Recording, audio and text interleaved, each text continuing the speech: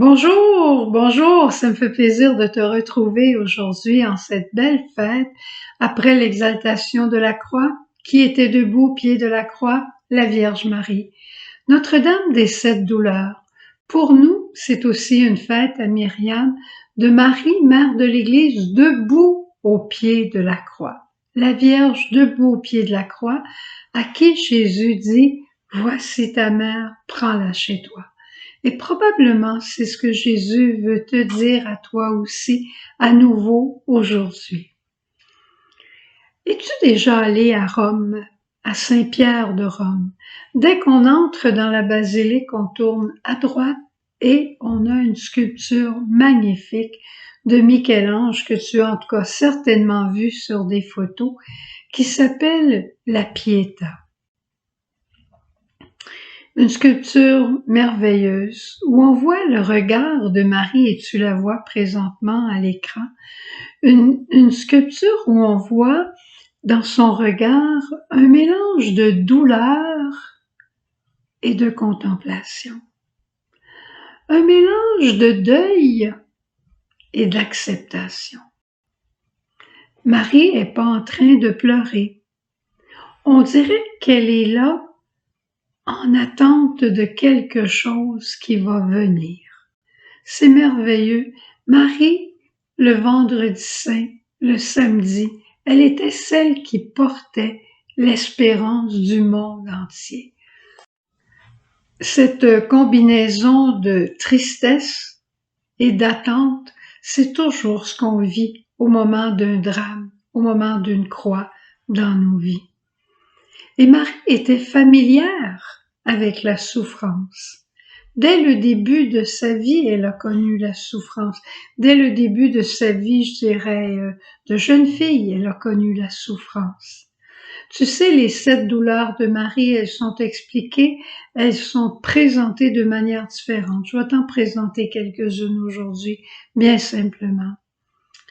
Quand l'ange lui est apparu pour lui dire qu'elle serait la mère de Jésus, elle savait pas qu'est-ce que Joseph était pour dire. Quelle douleur de penser qu'elle serait seule pour éduquer son enfant, que Joseph aussi pouvait la répudier. Quelle douleur pour Marie, qui aimait cet enfant qu'elle portait. Elle savait que c'était le Fils de Dieu et elle lui donne vie dans une grotte où les animaux vont. Quelle douleur pour Marie et Joseph quand ils ont fui comme des réfugiés vers l'Égypte. Quelle douleur encore quand elle perd l'enfant au temple, le Fils de Dieu qui lui est confié, elle le perd pendant 3 jours de temps. Et là, elle perd quelques années plus tard, elle perd Joseph. Elle est là, une jeune veuve vivant avec son fils, qu'elle sait être le Fils de Dieu et qui a une mission particulière. Quand va-t-il me laisser? Quand va-t-il aller vers sa vie publique?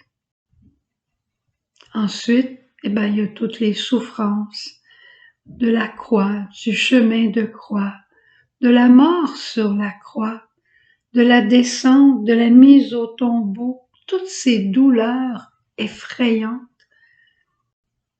Marie était familière avec la souffrance, mais elle a appris le secret de la douleur. Le secret de la douleur, c'est qu'on a de la peine, mais c'est pas permanent. Ça dure un temps et la résurrection survient. Elle survient sur la terre, elle surviendra dans le ciel. Avec Joseph, elle a découvert un homme fidèle et le Seigneur est même apparu, l'ange est apparu à Joseph. Au moment de la naissance dans la grotte, les anges, les bergers, elle a eu de la visite. Elle a connu quelque chose de plus grand. Au moment de la fuite en Égypte, ils ont expérimenté la douceur de la providence, tout en étant des immigrés qui savaient pas où ils s'en allaient et qui portaient ce drame intérieur. Ils ont connu la providence à travers les cadeaux que les rois mages avaient apportés et ça leur a servi. Et quand Jésus est mort sur la croix, elle savait, elle souffrait, mais elle attendait quelque chose d'encore plus grand, quelque chose de permanent qui ne serait pas la douleur, et c'était la permanence de la vie et de la vie éternelle. Elle portait nos douleurs à ce moment-là, Marie. Comme Jésus a porté tous les péchés du monde, Marie portait toutes nos douleurs, toutes nos désespérances, mais encore là, dans son immaculée conception, elle espérait. Marie savait que la mort de Jésus n'était pas la fin.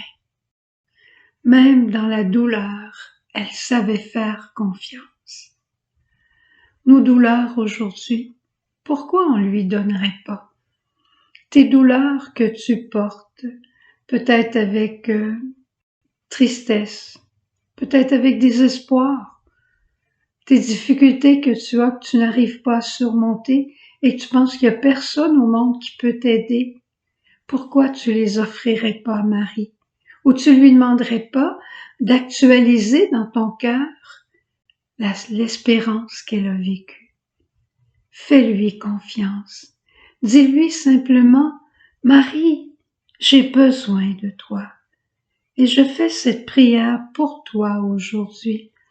Vierge Marie, tu vois ma famille de messages lumière que j'aime tellement.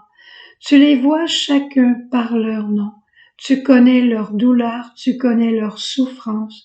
Tu as su ce que c'était que d'avoir mal et d'espérer, et de ne pas avoir la force d'espérer longtemps.